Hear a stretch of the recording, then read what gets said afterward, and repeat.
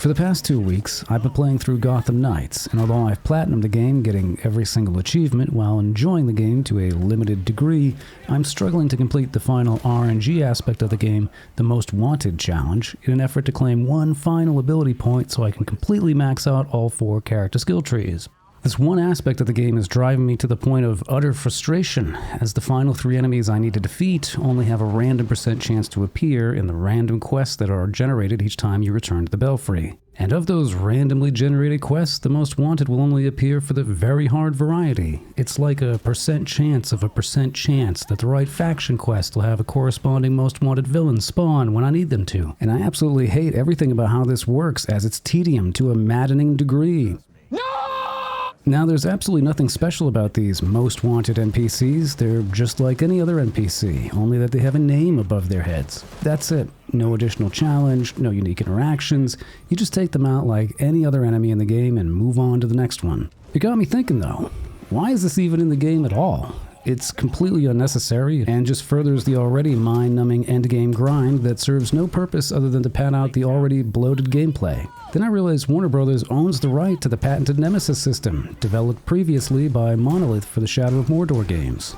I highly suspect that this Most Wanted feature was supposed to implement the Nemesis System, but like everything else that could have made Gotham Knights an improved experience over the Arkham games, it was cut short due to being too difficult to implement. And that's really the theme with this game in general. While it has a lot of potential, it just never improves or outshines anything from Arkham Knight in any meaningful way, which is why everyone has been so critical of it when comparing it to the Arkham games. And don't give me that bullshit of, it's a different series, so it should avoid any comparisons to Arkham Knight in particular. The 2 games are so similar that it's highly likely Gotham Knights was forked directly from the Arkham Knight codebase, with new systems being shoehorned in instead of building a brand new game from scratch. That's what it feels like, and I bet if we were to compare the source code, we'd find that to be the case.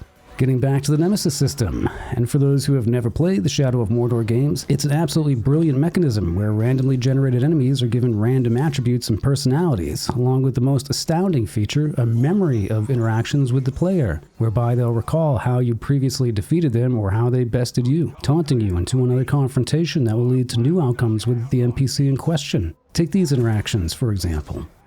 Wait, what's going on? Wait, what? How's that? Then he's got soft head or whatever. Arrow-proof. How many of these guys are fucking arrow-proof? Okay, that was amazing. No way. Time for the main event. No way. He caught the arrow. To celebrate your demise. In addition to each Nemesis opponent being a fully fleshed out and unique character, they also will hunt the player down and randomly appear at any time during any mission, or even out in the open world between quests. They will also learn in real time how to counter any attacks that you're utilizing too often, making them an even more difficult opponent as you fight them. Brilliant is really an understatement here. It's probably the most dynamic feature added to any game in the last decade, and only the system's creators, Monolith, have managed to implement it, and have only done so in the 2 Shadow of Mordor games, the last of which was Shadow of War in 2017, over 5 years ago.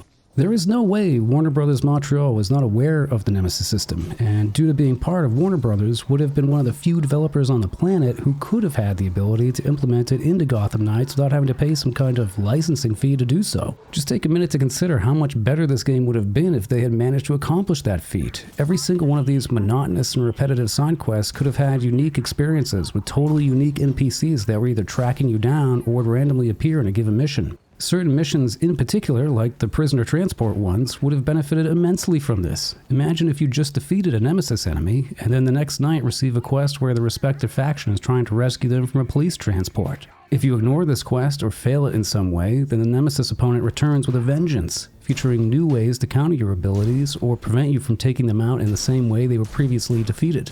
That would have been an unbelievable addition to the gameplay loop and completely make up for several of the game's other shortcomings. And it would have drastically elevated itself from Arkham Knight while doing so. It's a feature people have wanted to see in other titles for nearly a decade, but Warner Bros. Montreal failed to rise to the occasion, and the end result is a game with wasted potential steeped in mediocrity. Having waited 7 years between Batman games, I really feel disappointed that Gotham Knights is just more of the same Arkham gameplay, yet worse. If WB Montreal had only prioritized innovation over the mundane, this game would have been celebrated instead of reviled. That's my take on it anyway. Let me know if you think the addition of the Nemesis system would have had an impact on the final result that was Gotham Knights down in the comments. And thanks again for watching. Take it easy.